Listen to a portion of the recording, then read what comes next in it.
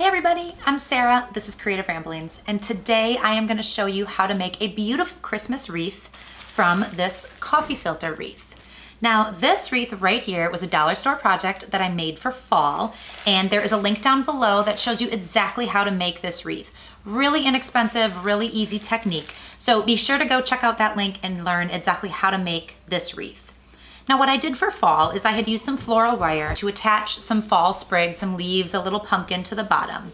And now that the seasons are changing, I just removed that floral wire and I have a coffee filter wreath that's still perfectly intact and ready to update for Christmas.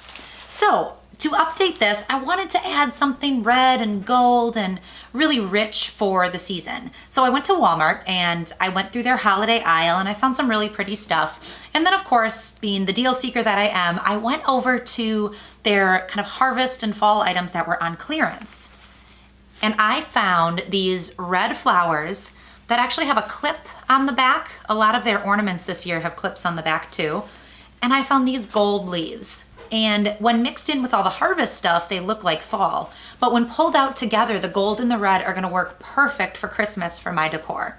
So I have a couple red flowers, some gold leaves, and I saved the floral wire that I used to attach the fall items with. So I'm gonna use some floral wire and then just a wire cutter to cut the floral wire and cut these leaves. And we are gonna attach that to the coffee filter wreath and make a beautiful Christmas wreath. Okay, so on the back here, this is what the back of this looks like. I have a little piece of ribbon for hanging, so that's my top. And so I know that I wanna put kind of the flowers down on the bottom here. So these clips make it really easy to just temporarily attach to the coffee filter wreath. So we've got two flowers on the bottom.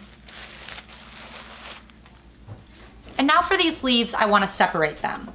The easiest way to do this is with a wire cutter.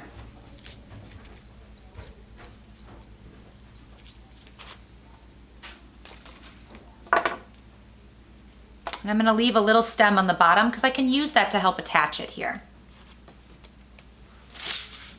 Now that the leaves are separated, I'm going to kind of stick them in here to the wreath.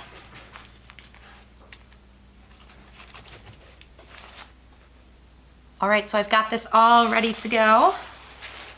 I've got my 3 flowers and all my leaves placed exactly where I want them. And I'm ready to go hang this up.